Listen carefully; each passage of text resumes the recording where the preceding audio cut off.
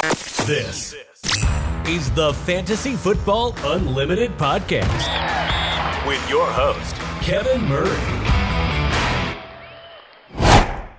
Welcome to the Fantasy Football Unlimited podcast. On this episode, we have a guest that has had a massive influence on the fantasy sports industry. His passion, creativity, and leadership resulted in 16 incredible years at SiriusXM Fantasy Sports Radio. He is the founder of Bettor Sports Network and the new manager of sports programming at VSiN. So one and only Matt Deutsch, welcome to the show, my friend. Oh, thank you. I'm so excited to be here. I've been an admirer of your work, the content, your interviewing skills, how you give back to the industry, and I'm thrilled to be here. I can't wait to dive in. Listeners and viewers that are unfamiliar with your Bettor Sports Productions and VSiN, can you share a little bit about your roles at those companies? Yeah, I'm working as much as I can. I don't say no to any gigs, but as you said, the founder of Bettor Sports Network and sports manager of programming at VSiN. I was recently hired at VSiN to come aboard by my former boss at SiriusXM, Steve Cohen, to help add value to their organization. Of course, they're the sports betting network, the first network to go live and cover sports betting even before it became legal, and to create content across all multimedia digital platforms. I'm trying to get involved as much as I can. I'm producing a daily show every morning at 7 a.m. Eastern, the VSiN Morning Line with Grace Remington and Harrison Sanford. I haven't produced a daily show for over 20 years, if you could date myself with age. So it's been so fun to get back into producing daily content and working with the fine team at VSiN. I mean, I'm so impressed with the way they do their business and the way they produce their content. They're a smart company. Their systems are really slick. And we've kind of punted all the old corporate shenanigans that I've grown up with, and we're not wasting any time. We're just producing great content. So I'm still onboarding there and learning the team and learning how ultimately I can help them, but look forward to working with their producers, with their talent, producing exciting events, helping them in the social and digital worlds, and taking everything I've learned from Bettor Sports Network and applying it to my work at VSiN. So VSiN makes me better for Bettor Sports Network. Bettor Sports Network makes me better for VSiN. I founded the company Bettor Sports Network in 2022, wanted to create innovative, creative, and interactive and inclusive content in the sports betting and fantasy sports space. I wanted to add something from my years of experience that I thought the industry was missing: a lot of entertainment, a lot of fun, creativity, and above all, innovation, to really take the technology that's available to us to bring people closer to the content, to bring people closer together, to share their favorite games, and ultimately to gamify content. And Bettor Sports Network has evolved, as have I, over the years, and look forward to talking about all of it with you today. I love it. Yeah, I can't wait to dive in.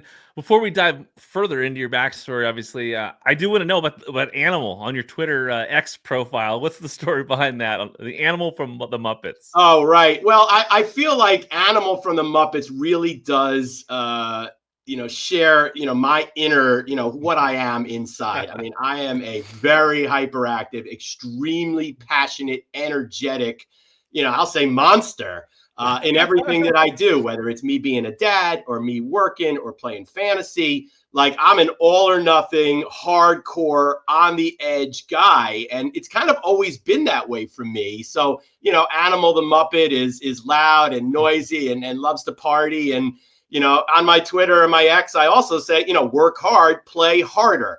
It's always been fun for me to be able to get involved socially with friends and colleagues and to really blow off steam. I mean, there's so many obstacles and we work so hard that really is important to kind of be able to take it outside and to blow off steam and to share your frustrations. And I've always been a really hardcore person. That's what led me to rugby, which I didn't know anything about. And I got to college at the University of Buffalo and I gravitated immediately to the rugby team because this was a bunch of guys that were as hardcore as I could ever be, probably way beyond me. And I just found that about myself, that's where I gravitate towards. So, like it or not, I'm coming at you hard. I love the passion for sure. Now with sports, obviously, huge part of your childhood, I'm sure. Where did that all begin for you? Just your passion and love for sports. Well, that's an interesting question. I grew up in the tri-state area. I didn't have much of a father figure leading me towards the local New York teams. By second, third grade, I was already gravitating towards other teams outside of the New York area. And it really had to do with, who was winning World Series and Super Bowls. So 1982, second grade, St. Louis Cardinals win the World Series. That's my team. I remember still that the teacher in class saying, this half of the room are Brewers fans, this half of the room are Cardinals fans. I was on the Cardinals side. It's been 40 years, so I'm no longer a bandwagon fan. I've seen a lot of World Series. It's been fun to root for the Redbirds. Not that much fun to do so in the old Shea Stadium, but I've always rooted for the out-of-town teams. The Washington then Redskins 1982 Super Bowl, same thing. Impressionable second grader sees John Riggins on fourth down, take a counter tray left, run over the Dolphins and score, and that was my team. So I was all over Washington.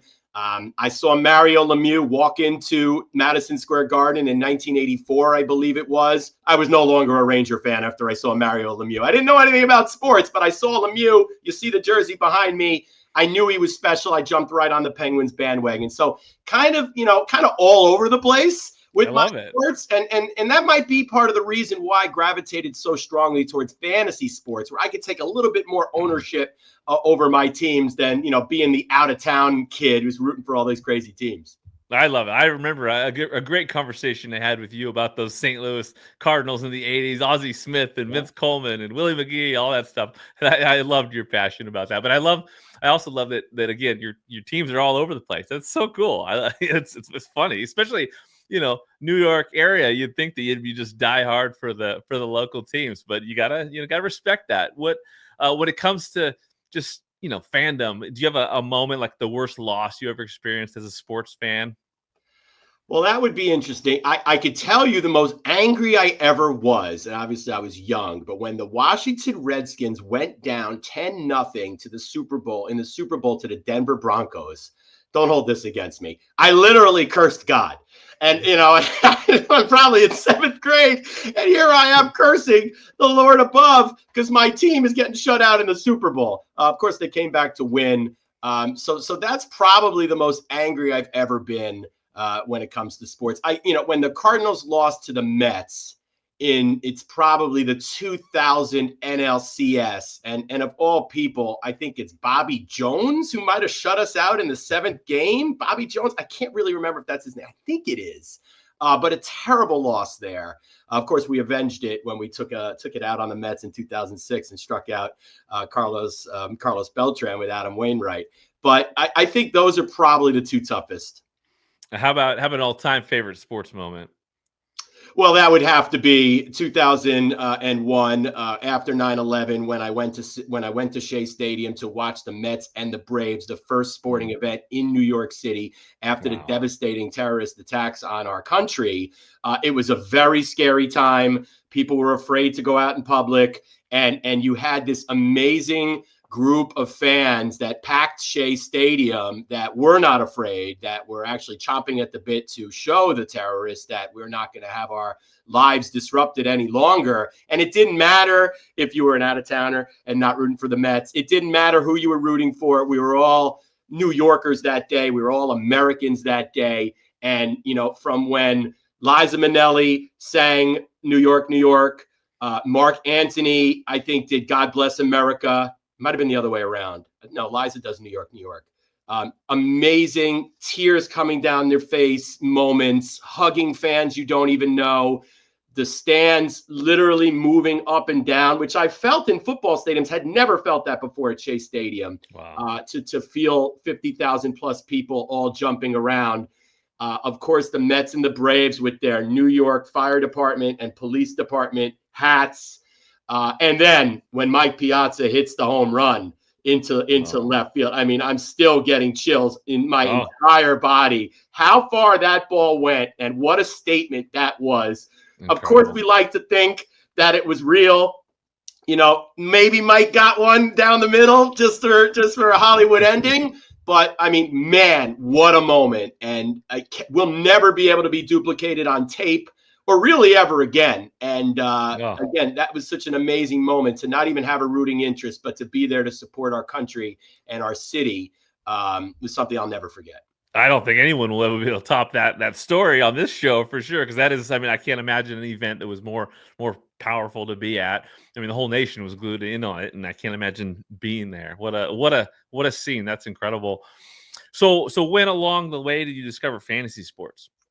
That would be 11th grade. I'm sitting in a shopping mall in an electronics boutique, and these computer geeks are talking all about sports and fantasy. I wasn't a Dungeons and Dragons guy, so I didn't know what they were talking about. So we like literally made these guys tell us what they were doing. And we were blown away. I had no idea this was out there, and we immediately did a league. It was baseball first, then football with us, probably 1990 and 1991. And just the sheer, joy of being able to, quote, own or manage a team and, make all the moves and prove your sports acumen amongst your friends. It was amazing. We were doing it with, obviously pen and paper and black and white composite notebooks and doing way more work on fantasy sports than we were on school back then. I remember, with baseball, Tuesdays and Wednesdays, the USA Today newspaper would come out. And that's when we would have the baseball stats for the entire week, the American League on Tuesday, the National League on Wednesday. So I would not go to class in college back then. And I would get those newspapers and I would write down by hand every statistic for the week for all 12 teams. And then we would, have some fun with our black and white notebooks all night. So like craziness to see how far it's come and, quote, the dark ages, which were really a lot more fun. Yeah, no, I love it. That'll hook you for sure. I was back there probably 1995 when I first discovered it, and it was, it's never been the same since. So when it comes to playing the game, do you have a league like right now that you consider your main league, the one you can't lose, or going back in the days, did you have some home leagues where you had some great experiences? Well, of course, in the industry, we play in more leagues than anybody should. I'm in 15 right now, 9 Dynasty. I love them all. But for sure, the home leagues mean something. And of course, we have every player in the NFL when you're in 15 leagues. So it's important to be able to kind of, all right, all the industry leagues, whatever happens, happens. We play them hard. But the home leagues are the ones we follow. So I have my University of Buffalo Fraternity League that's been going since probably 1996. And then I have my New City, New York Home League, which has probably been going since 91. And those two leagues would be the most important to me. And of course, I can't win any of these leagues with my idiot friends. I go into the draft. I execute my plan perfectly. I get every player that I want. These guys have no experience. They have no idea what they're doing. And I walk away with my exact team, and I can't win these leagues. And meanwhile, in the industry leagues, where we're all doing it 24/7, I do pretty well. I put a lot of time into these leagues, right? I'm trading every day. I'm making pickups. I'm agonizing over my lineups, but cannot win these home leagues. Any fun traditions in those leagues when it comes to like live drafts or punishments or anything that just keeps it alive? Well, I mean, dysfunction would be the thing, Yeah. the annual dysfunctional trying to get the draft together, trying to get a bunch of dudes all over the country to all be in one room for a change. And there's always, let's go to the Kentucky Derby, let's draft at the Indy 500. Everyone's got these ideas. We never do anything. Yeah. With the home league, we do have a really sweet setup where we're able to get a lot of food and enjoy the pool and hang out. So really not too many outside traditions outside of, a toast to fallen league mates. Unfortunately, we're getting to the age now where we've lost some friends and that's incredibly hard. But every time we get together for our draft and our trophies are named after our fallen friends, it'd be able to, kind of keep them with me. I actually, my co-owner, passed away. And, so I've kept his name on the team ever since, so I can always think about those times where he was saying, no, we don't want to draft that person. Of course, he was right every time. And now that it's my team, I try to do right by him, but I'm messing it up terribly. That's some pretty special stuff when it comes to the bonds and experiences people share together in fantasy over the years. It's cool to hear that stuff for sure. So is there a rival that you have in any of these leagues? It's like the one person you just have to defeat? Well, we have some nicknames that are kind of opposed that I won't get into here that create some natural rivalries. Sure. When you play as long as we have 30, 40 years, these rivalries develop. So yeah, I've got rivals in the home leagues. I've got industry rivals too, for sure. Probably the guy I cannot beat. Again, this is someone, he's going to hate this, but, I don't think he takes it that seriously. Mike Babchick from Mad Dog Sports Radio, of course, the star morning show host on Mad Dog Sports Radio. I've never beaten this guy in fantasy. We play in 2 leagues together. It's been 15 plus years. I've never beaten Babchick. Wow. Of course, it gives me great pleasure whenever I could beat one of the hosts on the SiriusXM Fantasy Sports channel. I don't get a chance to take on the guru, John Hansen, too often, but I've got Mike Dempsey a few times. He usually beats me more than I can beat him. But Bob Harris, Howard Bender, whenever we get a chance to take down these big dogs, that's really where it's at. I love it. Now, when it comes to your career and experiences in the sports media, like obviously you have a passion for sports radio. When did it all begin for you? Like this path towards this career? Well, it was certainly the radio. I would say 7th grade, 1987. WFAN signs on in New York City as the world's first 24/7 all sports radio station. And no one knew this was coming and no one knew what it would lead to. But it was just amazing to be able to turn on the radio and get the access, whether you're hearing a manager of the Mets after the game in the locker room, which we never had before, or being able to just hear phone callers talking about your team on the radio. We never had that either. Right. So it's like, oh, my God, they're talking about my team, or, oh, this channel's just for me. It's not news. It's not music. Right. It's just New York sports. And it was just for me. And the passion that came through the radio, both from the hosts and from the people, the access, obviously all the play-by-play. I fell in love with it immediately. I was up all night listening on the overnight, with the radio under my covers. I'm calling in at 3 a.m, asking crazy questions about the St. Louis Cardinals, about Todd Zeal playing third base, and the New York hosts don't know who I'm talking about. So like certainly for sure, radio and sports. And it's hard for me to tell, do I like sports more than radio or radio more than sports? I mean, certainly glorious together. I consider myself a broadcaster with a badge of honor. And, that's not a small thing. I grew up in community radio in Westchester County, where broadcasting is much more about snow removal and garbage pickup and local mayor elections and things like that. And that's where you see the power of radio and how it really matters and how it really is a medium for the people. And it's not all about the money. It's about an intimate connection with listener and talker, or caller and host, that still cannot be duplicated anywhere. And it's funny because just like baseball and just like radio, the people that run it, they try to kill it. Like if it was up to them, they'd kill the thing. They've run it so poorly, radio and baseball, over the years. We've just seen them just manage terribly, but they cannot kill these things. Thank God that radio will always exist, and it's super powerful, and really nothing can match it. So I think that's where it all started for me, was sports radio, and then figuring out that I wanted my career to be in sports. I wanted to cover sports for a living, and then just figuring out how to go about it. Would we be talking about it live on the air or kind of behind the scenes? And again, in New York City, it was a really difficult thought to be able to become a talk show host at that time, where it wasn't about the entertainment. It strictly was about how much you know about sports. Obviously, you had to be a good broadcaster and be able to handle the broadcast side, but you had to read 9 newspapers every single day. You had to watch every single game, and you had to know these sports cold. And now to see where the industry has evolved, where there is room for fun, there is room for entertainment, there is room for people who don't know how to say the names or spell the names the right way. You can carve out your own niche and make it work. Back then, it wasn't that way, especially in New York. So I gravitated towards the production side. I love the idea of research. I love the idea of the thrill of the chase, chasing down guests. I'm at WFAN. Mike and the Mad Dog are after me. Imus in the mornings before me. The Yankee general manager's going on one show. The Met manager's going on another show. How am I going to distinguish my program in middays? Because all the best guests are on these shows. So I had to work harder. I had to kind of go find the right guest at the right time that fit in perfectly. And you have to plan in advance for that. You can't just go pick up the phone and call Bart Starr.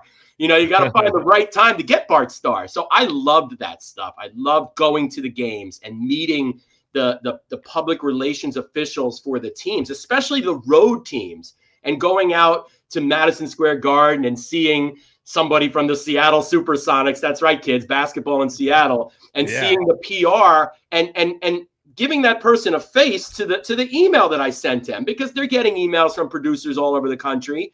And I would go up to that PR person and say, I'm Matt Deutsch from WFAN. It really meant a lot to me that you put that guest on my show. Or, sorry, we couldn't make it work, but I wanted you to know how much I cared that you replied to my email. And that face-to-face interaction with the public relations officials really, really helped me be successful. And I just loved the whole thing. I loved working with talented people behind the scenes, in front of the scenes. I love the fact that, as a producer, you're really driving the bus. Obviously, whenever something goes wrong, it all falls on us. But, that's why I say producing, it's a badge of courage. We're not making a lot of money. That's where all the passion is. That's where all, the blood, sweat, and tears are. And when you see these content creators out there doing it without a producer, God, I'm so impressed with what people can do without a producer, because I've grown up with producers doing everything. Sure. And obviously, it led to SiriusXM. Talked about the launch of SiriusXM and your involvement in just kind of that company for so long. I was there for a long time, 17 years. I got in pre-merger, before we merged with XM. I went from WFAN to then Sirius and started working on, some of the more high-profile shows at Sirius. I produced the NFL Sunday Drive on Sundays from noon to 8 Eastern. So this is a producer's dream. This is, forget the host. This is all about 2 phones in both ears, 8 games on the board, a reporter in every stadium, and the ability to go live to play-by-play from the home or the road team at any moment. So it was really like the Uber production you could possibly have. 4th and 1, let's go live to the Cincinnati play-by-play. Now let's go to San Francisco and get the onside kick. Now let's go to the Giants with the winning player standing by in the locker room and do a 3-minute interview with them, trying to get all the commercials in, trying to get all the reporters in, just really fed off everything that I love to do. Coordinate a team, attention to detail, but also all that fluidity that you can't just plan for. You have to just have it in your head, and you have to be able to move things around. Of course, there's one Mountain Dew being drank every hour for 8 straight hours on that show, and I'm a hyperactive basket case. But being able to separate that from being able to talk to a host in a calm cadence down the line is something that I'm still learning how to do. So I did a lot of fun things at Sirius. I worked with Tony Stewart on his weekly radio program, the 2-time NASCAR Cup driver, Hall of Famer. I knew nothing about NASCAR. I loved working with Tony. Did all sorts of fun, amazing things with him. He brought me in the race car with him for a ride along in Atlanta. It wasn't the real number 20 Home Depot, but we were doing, it's funny because I asked him afterwards, I'm all sore. I do 3 minutes in the car with Tony, right? And this is how you know these guys are athletes. First of all, he's way down at the bottom. I'm way up in the passenger seat. When you're going around the banks of these turns, he is 3 feet under me, and I'm way up. So you can see now the G-force that's coming at me. We're only doing like 160 miles an hour. My neck was sore. I'm sweating. My hip was sore. I was an athlete, and 3 minutes in the car and I was sore. Did amazing things with Tony, went to Graceland. The NASCAR drivers really took me in, and they are a lot of fun. They are so competitive. They will race anything from paper cups to remote control cars to anything they can do.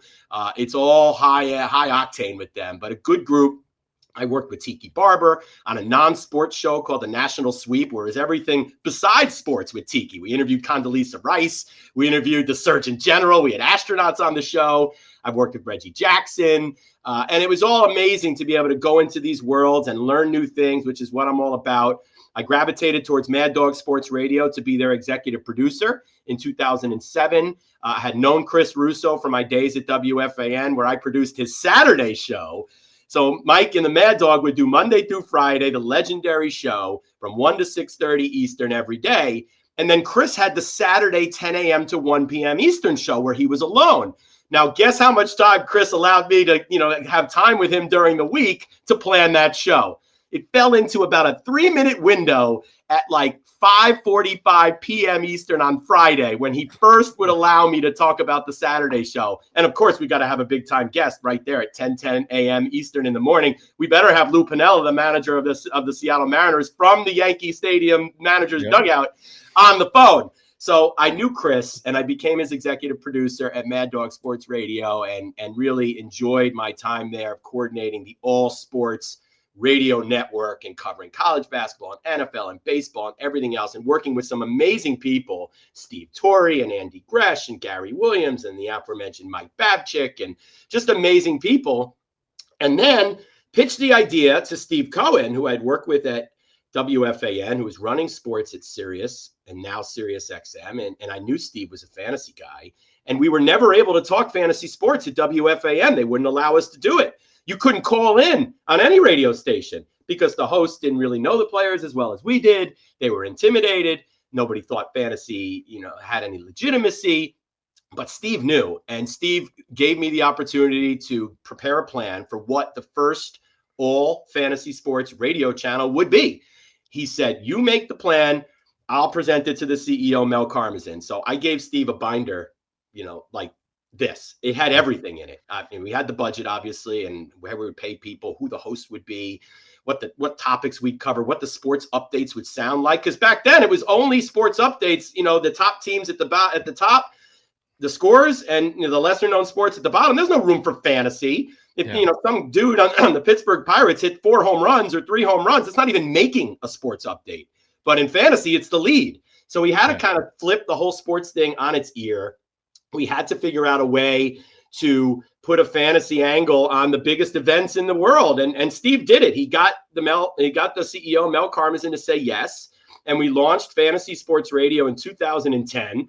We were at the Super Bowl. We were at the NFL draft. We were at the MLB All-Star game. We were everywhere. We had a table at the NFL draft. I still remember Jordan Matthews, drafted in the second round out of Vanderbilt, sat down at our table on Fantasy Sports Radio at Radio City Music Hall on the day of the draft and talked fantasy football during the NFL draft. So we just did amazing things. It was so much fun. I'm a blank canvas guy. I need to create. I need to be able to do new things. We had Maurice Jones-Drew hosting Running with MJD every Friday night at 7 Eastern. He was then the number 3 pick in fantasy football. And the Jaguars didn't want to let Maurice do the show. They thought he'd give away the game plan.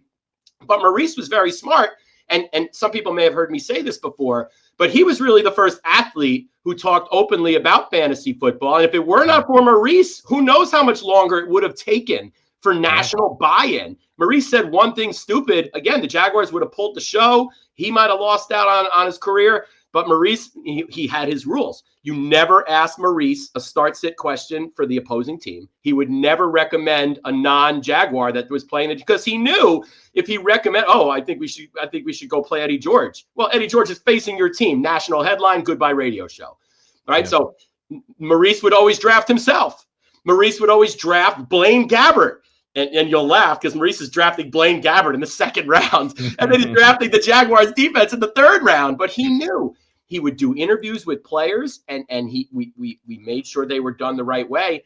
And the greatest claim to fame of the show is before it even launched in June of 2010, we had Maurice on for an appearance, and he predicted Arian Foster would be a breakout candidate in 2010, undrafted. Arian Foster, nobody knew who this guy was. Maurice said it in June of 2010. Next thing you know, he's the greatest undrafted running back of all time. That's incredible. Yeah, MJD, definitely a trailblazer when it comes to just talking fantasy as an athlete. I love that. That's a cool story. So, fast forward, obviously, a handful of years, what inspired you to do Bettor Sports Network? What was the passion behind that? Well, I worked in the corporate game for a long time, and it's very difficult to navigate through the bureaucracies. I'm good at it. A lot of red tape there, a lot of meetings, a lot of forms to fill out, a lot of protocols. And you get to SiriusXM, your head is spinning. I mean, it's a massive, massive company, which is great. A lot of different departments. And it was really my job to coordinate everything and allow the hosts and the producers to create great content and make the channel great. But I was so far away from content. Kevin. I was doing nothing but meetings and writing reports and whatnot. And I've always been a content guy. So that was number one. I wanted to get closer to the content. It was really frustrating for me to not see our radio industry really innovate the way I feel it should have innovated, and should continue to innovate over the years. Like, for example, when Mike and the Mad Dog went to TV 20 years ago, that was a big deal. Well, it's still kind of the biggest thing we're doing in radio. We haven't really gotten there, unfortunately, on the broadcast side. So I wanted to kind of do what I could so that I could contribute value to the industry I love so much. Take the technology that's out there, build something better, show the industry that we can call in from our apps. We can do one-touch call in. We don't have to call 888, say 4-letter network. You can just push a button and call in. There's ways to do it. We can do video calls. We could do instant prizing. Like, my big thing is gamification. Like, we really need to bring people closer to the content. Yes, phone calls help. Live chat is fantastic about interacting with hosts. I'm a big fan of live interaction. But when you take it to the next level and gamify the content, now I'm listening for a whole different reason. Not only am I getting great insights and learning and getting closer to the game, but now I have a chance to win something when you say Bugs Bunny, or trivia, or whatever it is, to be able to kind of be listening to a show with my finger on the button and use the technology to create something special is what I wanted to do. And we did it at Bettor Sports Network. Yeah, it's been fun to see it grow for sure. Now, for listeners and viewers that might not know what Watch Party is, tell them what that is. Well, we've had several innovations, as any entrepreneur will probably tell you, and a lesson I had to learn is, got to know when to pivot, got to know when to change, rebrand, find out what's working. And luckily, I did speak to a number of people on LinkedIn, which I'm a huge fan of the platform, who didn't know me from anything, but were willing to help me and were willing to kind of introduce themselves when I said, "Hey, I'm Matt. I know nothing about being an entrepreneur. Can you help me?" They reached out, and more than one person told me, it's not going to be your first idea, Matt. It's not going to be the idea that you think is so amazing. The whole thing is getting into the game is number one, right? Just start, get in. So that's lesson one. Number two, figure out what the market needs you to be. Figure out what's working and go in that direction. Don't die on the hill of what you think is right. Go where you need to go. So that's really where the pivot started. We were producing linear network programming, which I love, and it's all I really knew. And then we just saw a demand from the really crowded workspace that you and I work in, and the fantasy industry and the sports betting industry and sports content in general, just so crowded. And congratulations to all the people that have made it work on their own, small-time creators who have become big-time creators, people that have used innovation, people on Twitch, people live streaming, people that are grinding with 2 or 3 jobs and have been super successful. But it is a very crowded space, and it is very difficult to grow. And we tried to use that crowded space to our advantage by saying, well, here I am with all these relationships and all this experience and all this production skills, and why can't we help others grow? And that's really where it came from, was me just basically taking calls from people that wanted to work with me and say, Matt, can you help me do that? Can you help me do this? And we just started saying yes to everything. And we just found it a great business model to be able to offer production services to the industry. And by doing so, we also pivoted Bettor Sports Network app to Watch Party. We found that we wanted to go beyond sports. We wanted to gamify any event, from the Real Housewives to Atlanta, to the FSGA conference, to the Muppets, to the Super Bowl. So basically, Watch Party is a platform that's taken all the innovation that we built Bettor Sports Network with and allowed us to create something, a secondhand experience where you could be watching something or at a game and gamify it with live dynamic questions being popped in to your feed, multiple choice questions. We have so much incredible technology with this thing, and it's so versatile. I'm just trying to find ways to use it. I'm so busy with the Bettor Sports production side and now the VSiN work that I'm struggling to just find new ways to use Watch Party. We have the ability to ask dynamic questions. I can weight the questions. So if it's an NFL game and we're asking questions that are all 10 points throughout the whole game, I could do a 100-point question in the fourth quarter to keep everybody involved. I can also incorporate odds in the way that if the Eagles are on the goal line and we ask who's going to score the next touchdown, you're only getting 10 points if it's Jalen Hurts, or 10 points for Saquon Barkley. But if it's Kenny Gainwell, I'll give you 30 points. And if it's Johnny Wilson, I'll give you 50 points. So we could take the odds that the sports books are setting and basically equate that to weighted multiple choice questions. And the app has standings and scoreboard and instant prizes, and it has all the network guts in it so that we can do watch parties with someone on video, taking phone calls or taking live chat. We can do e-commerce. We can do anything with this thing. So I have this incredible technology, and I'm looking to partner with people to use it. I love it. Yeah, I love the gamification of everything. It sounds really cool. There's so much, so much to be done. And you are, again, such a driven individual, such a creative mind. I love to see where things are going for you. Now, what's been the most difficult challenge that you've experienced over the years in the sports media? Well, there's a lot. I think number one, working remote is very difficult. It's very hard. I'm a people person. I love being as a broadcaster. Essentially, I grow up, when the snow closings are going, we're getting up at 3 a.m. We're going in, we're shoveling the driveway, and we're giving those snow closings out, right? Like we're like the mailmen, so I wear that badge of honor as a broadcaster, and I love to be able to be in the heart of the network, in the studio with the talent. So it has been very difficult.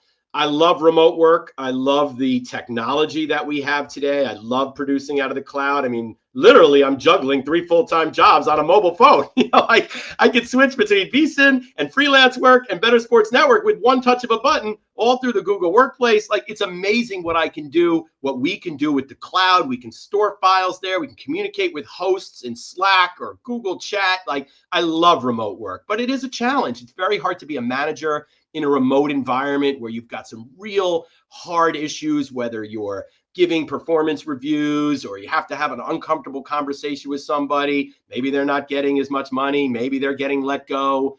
Maybe they're getting reassigned. Like, these are really hard conversations to have in a remote environment. I'm much more productive and successful, and I think all managers are in person. I like to be able to be there on the good days so I can be there on the tough days, and everybody knows what I'm all about. So that's really the biggest thing. At VSiN, I'm remote and they're all in Vegas, right? So that's an even different dynamic. Like, they're all there and I'm here. So especially as a manager, that is very hard. I look forward to getting out to Vegas and joining my brothers and sisters out there and working with them with my hands on the equipment when I can get out there. I think that's really, the biggest one. Beyond that, it's just the challenges of the corporate workplace, right? It's nobody's fault. Companies get big. It becomes a lot harder. There's a lot more on the line. It's not as fun. Budgets are tight. We'll call it, the management side of it. It's not easy to be a manager. Everybody wants to have that power, but, it does weigh on you. And a lot of times, I think probably the hardest thing for me to do, because I'm such a team player. I'm a company guy. People make fun of me for being such a company guy, but like, to be able to talk to your staff about a given policy that you don't necessarily agree with,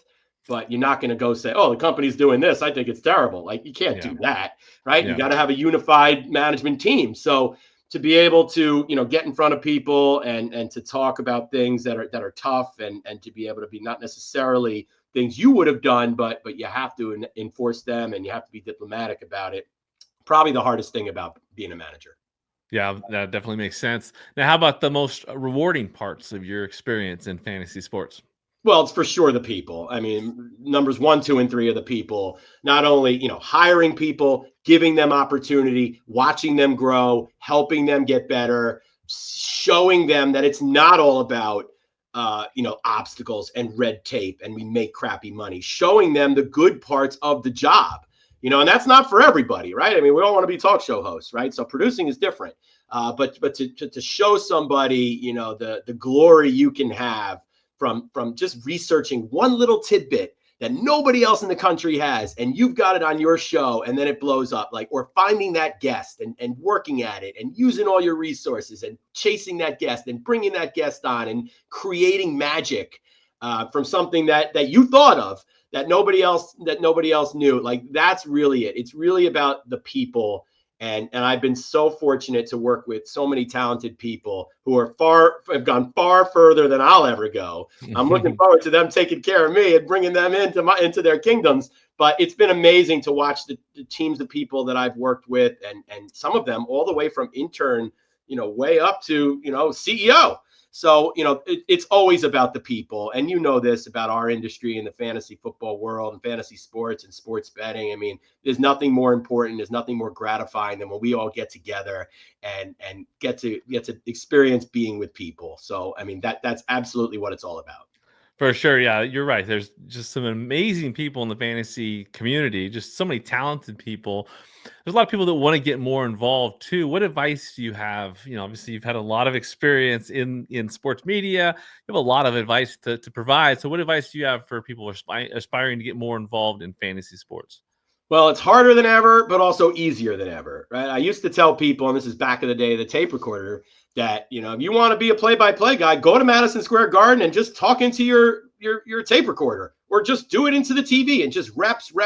Do your play-by-play. Doesn't matter who's listening, get the reps. And now you can do that, and you can be in front of an audience. You could start your own YouTube channel, your own Twitch channel. You could live stream. You could do your own podcast. So it's easier than ever to create content and be heard. That's a good thing. The hard part is the crowded space. It's hard to stand out, to be able to get in. We're dealing with, in all industries, a really broken system when it comes to employment opportunities, hiring, applications, resumes. Like, the system, it just doesn't work.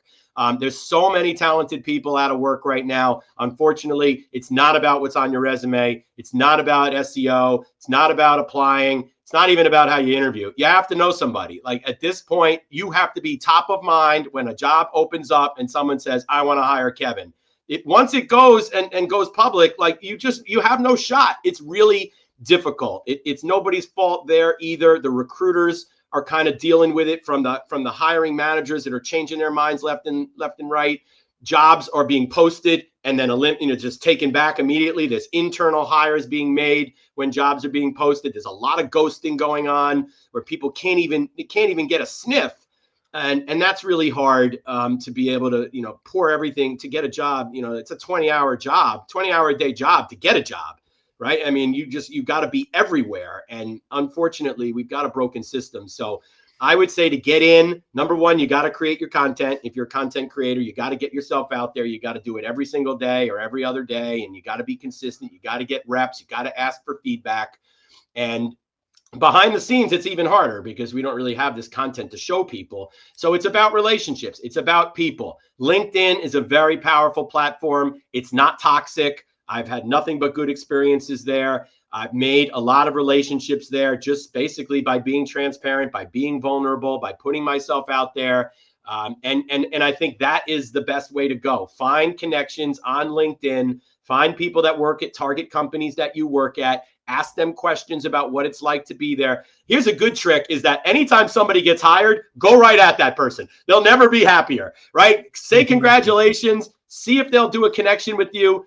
Say, I love that you got this job. Amazing career you've had. When the dust settles, can I ask you a couple of questions? Don't even matter if they're in your industry. Go start making those connections on LinkedIn. And I do think you need to provide value to the industry, to the market. You need to teach people. Everybody can teach somebody something. It doesn't have to be in your line of work. What did I learn from being a counselor at summer camp? What did I learn from being a waiter? What did I learn from changing tires or filling gas tanks? Like, all of these things can be translated into whatever industry you want to do it. So you got to be a little creative, but that's where you could really stand out. Everybody has experience that could teach people, that can help people. If you're an audio editor, if you're a video editor, if you're a graphic designer, if you do SEO and social, show the world what you're doing, but do it in a way that's, I'm teaching you, I'm helping you, not look how great I am, right? That's a fine line, right? So and I very rarely post the content I'm doing. I try not to pat myself on the back too often, but like, I do try to have these step back moments to say, like, look what I just did. I couldn't even do this a year ago. And it used to be so intimidating to me to learn how to do video editing. I was afraid. Now that I've learned it, it gives me confidence to learn anything that's out there. And in my line of works with several jobs where I never say no to anybody, being able to trust that you could learn new things. And this is for the job seekers too. You may not have done something that someone wants to hire you for, but you can tell them how well you learn new things. You can show the experience of how you learned something new. And you can even talk about the mistakes you've made by saying, hey, I made this mistake and I learned from it and I will never make this mistake again. And it has made me better. So like, there are things we can do to get into the industry, and use that people card. go to the events. If we're talking fantasy football and fantasy sports, like certainly events like the Fantasy Sports and Gaming Association Summer and Winter Conference, the Fantasy Football Expo, the Scott Fishbowl events, whether they're, big, small, paid, free, get in front of people and tell your story and add value. Yeah, that's all phenomenal advice, and I love how you mentioned this. It's true that you got to know people, and then you bring up those events, the FSGA events. Massive when it comes to getting to know people. Fantasy Football Expo is just incredible when it comes to just meeting the people in the community. From every spot on the spectrum of the community and the industry. It's incredible. And those Scott Fishbowl live events are just fantastic too when it comes to meeting people. So great advice there. What have you gained the most from these relationships over the years that you've met in these experiences getting together with people live in person? Well, I mean, I've certainly learned from the great people in our business, learn how they multitask, learn how they keep themselves healthy, learn how they find time to be a dad. Things like that. So that's really what it's all about when I get in front of people in person, to be able to pick their brain, in a way that's, not like I'm asking you 1,000 questions at once. We're sitting in the bar with someone that I've never met before, but someone I respect, and I'll say hello and we'll have a drink. And then I'll just ask them like one thing, like, I love how you put timestamps on your YouTube videos, as they go up. And here's me, I'm putting YouTube videos up with no timestamps and adding the timestamps after the fact. And this person said to me, like, the algorithm's going to hurt you for that. They're going to penalize you for that. So just put any timestamps up, just ballpark it, and then go back in and change them. So like just picking people's brains, learning from them. Someone who does an interview show like yours, like, where do you get your questions from? How do you do your research? Where's the best, just trying to kind of, pick, learn from people is really, what I like to do in person. But it all starts with me asking them, how is your family? How are you doing? What can I do to help you?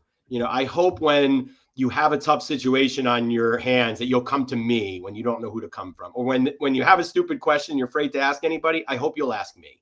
Like, I kind of go up to people and say it that way. I love it.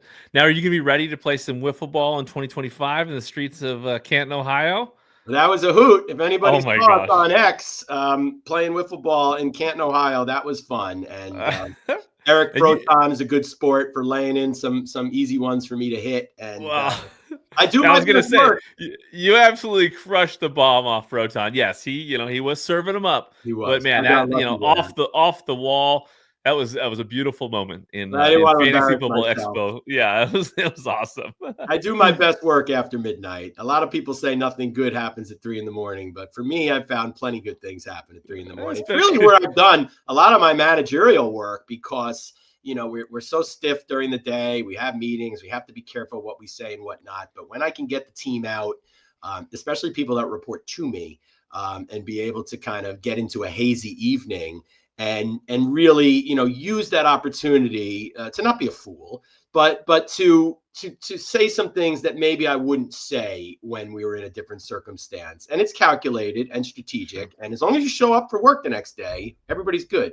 But I think, the social aspect of workers and colleagues is something that can be used very strategically and is important. A lot of times someone won't tell you something during the day. But when, you're sitting on an airplane with them for 3 hours, now it'll come out.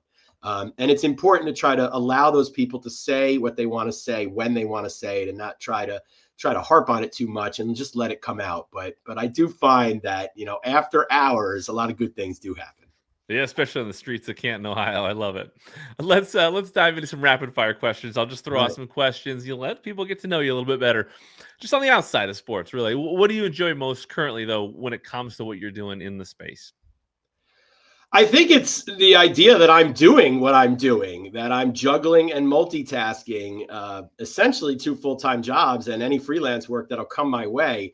And really the fact that now that I'm producing a daily show again, I can honestly say that everything I've learned in my 25 plus years has allowed me to do what I'm doing right now. Like, I'd never be able to do this even 5 years ago, of all the different things and time commitments I'm doing just on a day like this, to be able to, I'm producing 10 shows a week, but to be able to produce 2 different shows for 2 different companies, do an interview with you, learn how to fill in for a producer on another show, to be able to post tweets, Instagram, TikTok, YouTube videos, design some graphics, kind of just all as it's happening. Just like in my head, I have my calendar and I have to do this and that. And now I'm doing a client call, and now I'm doing marketing, and now I'm recording with a host, and like just literally to be able to do what I'm doing. Now I have no life right now, but my life is work, and I've got time to be a dad, and that's enough right now. So I'm able to do it. I'm up at the crack of dawn. I've never been a morning man before.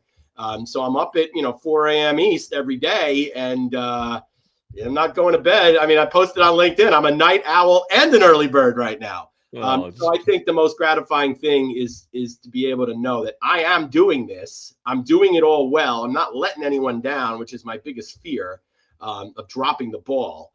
And I'm able to handle it physically. So you can check in a few years, but right now, I think I get off on it. I thrive on it. I love the pressure. I love the multitasking. I love putting people in position to succeed. I love being prepared. Right? I'd like to be prepared. And sometimes you run out of time, and I'm finding that a little bit. But beyond that, I'm proud of what I'm doing. Seizing the opportunities. I love it. Now, at this stage, what's your Super Bowl prediction? Who's going to win it?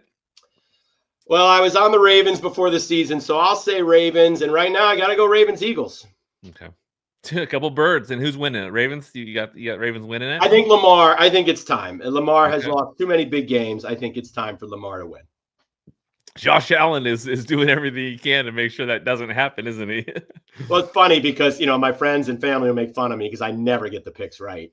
So, like, here I am before the season saying, like, the Bills' window's closed. They let all these people go. Josh Allen can't do it all by himself. And here they are having their best team. And I was there in the 90s for the Bills Super Bowls. I was at the University of Buffalo. And this team, this offense is now eclipsing what that K-Gun offense could do. So the Bills will be a tough out. But I don't know. I'm going to put my money on Lamar. I love it. Now, what are your favorite hobbies out and activities outside of sports? There's no room for that right now, but I'd love to say Frisbee golf. So I love to get out there and throw the Frisbees in the basket. Golf is way too difficult and frustrating. I just want to break my clubs every single time. So Frisbee golf kind of takes the edge off a little bit. It's still hard, but I don't really want to, break things when I don't make a putt. And I'm a huge animal guy. I've got 3 cats. I love animals. And I like being in nature. Like, it's so funny because, like, I am an animal and, from the Muppets, and I'm so passionate and energetic. But you get me at a beach, or you get me in the woods or at a sunrise, I'm a completely different person. I love it. Now, do you have an all-time favorite TV show? I don't. Let's go with Knight Rider, David Hasselhoff, Kit. You can't get any better than Hasselhoff in the black leather jacket and the boots. Michael Knight, and hopefully you kids can go look that one up because it's still cool. I love it. I have an all-time favorite movie. Star Wars, Empire Strikes Back. Okay. How about a sports movie? There's a lot of them. Remember the Titans, Hoosiers, probably 2 of my favorites. I have watched them back to back to try to figure out which one I like more. You got a lot of great speeches in there. I mean, the baseball movies. The Natural will always be, very close to my heart. Field of Dreams. I don't care that they got it wrong with Shoeless Joe. That's a huge, terrific movie. And I like my comedy, right? So Major League and Bull Durham. I can't get any better than those. I'm going to say Hoosiers.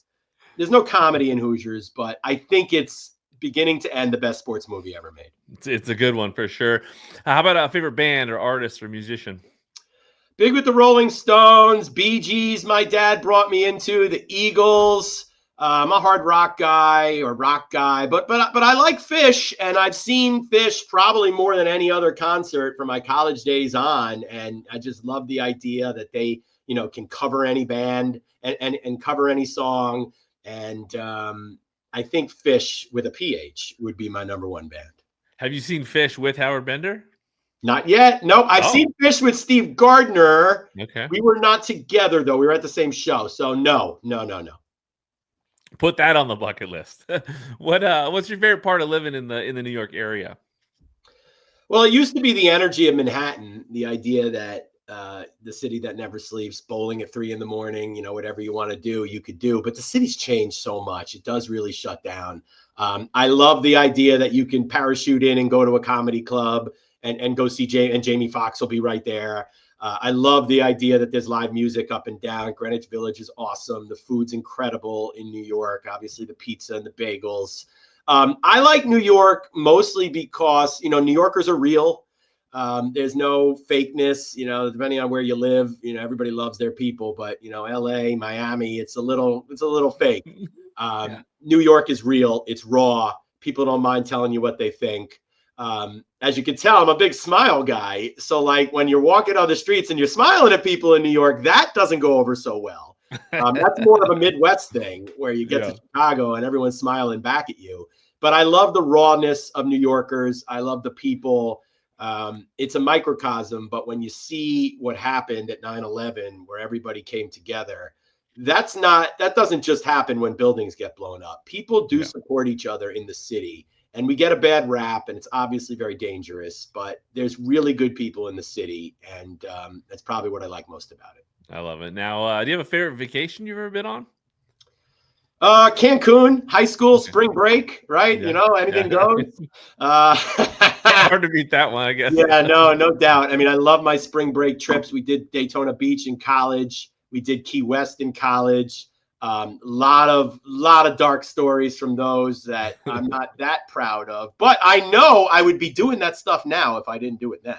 So, the ability to be able to kind of go where there are no boundaries and do whatever I want. Luckily, I had some smart people take care of me when I needed it, and had a blast at Cancun and Key West and Daytona Beach. I love it. Now, do you have a bucket list travel destination?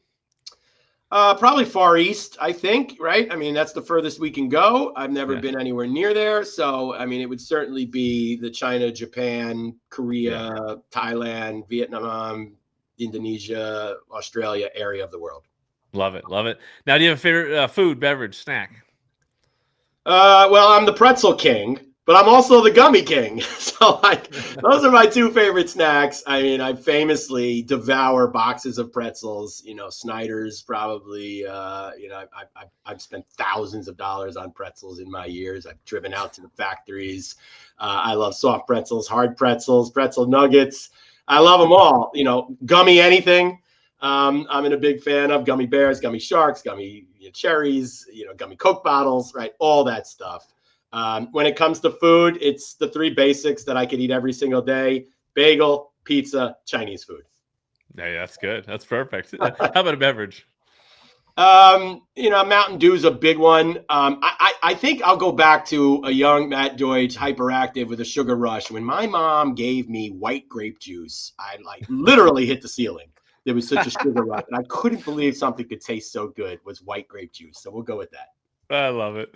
What are you most grateful for at this time? Grateful for my health. I'm an old man right now, but I feel like I'm 25, and there's so many people that are battling illness or their bodies are breaking down, and not just my health, but the health of my family and friends. And nothing matters if you don't have that. So I try to give myself a step back moment and appreciate the fact that I'm still here.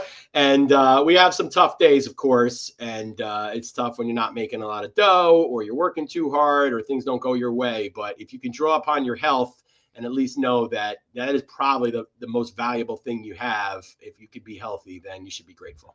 Indeed. Now, can you name a few people that have had a massive impact on you during your journey in the sports industry? Well, there's a lot there. We'll start with William O'Shaughnessy, WVOX and WRTN in Westchester County, New York. So that's community radio where I really learned to be a broadcaster, privately owned, independent radio station with Mr. O'Shaughnessy. I did it all for them, and he taught me so much. Steve Cohen, I followed from WFAN to SiriusXM to now at VSiN. Steve's been a friend, a mentor. Steve's a yeller. So, you got to get used to that, but someone who has done every job in the business and someone you can't hand a line to because he's done those jobs, and someone that will fight for you and someone that will have your back and someone that believes in fairness and someone that believes in family.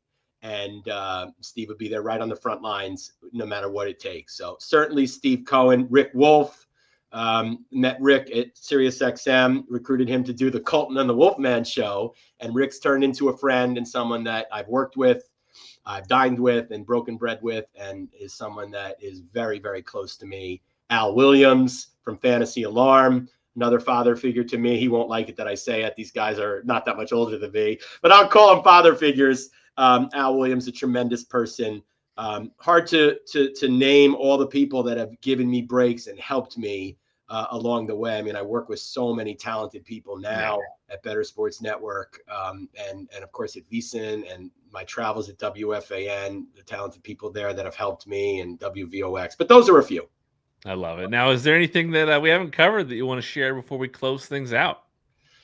Oh boy, I don't think there's anything for the audience outside of just the career stuff. Like, I'd like to just make myself available. Now, I have no time, but we're going to find a way.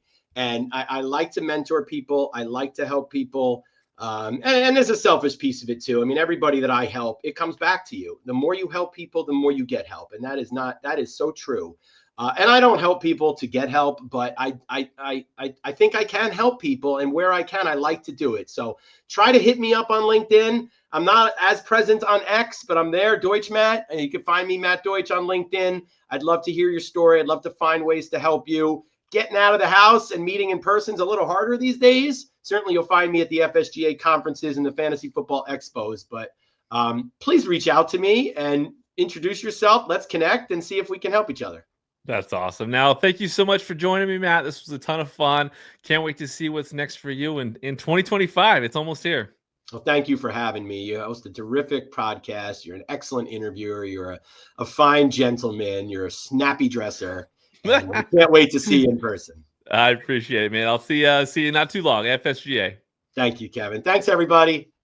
Thank you for listening to the Fantasy Football Unlimited podcast. Until next time, be sure to follow and subscribe to all of FFU's social media accounts for daily content.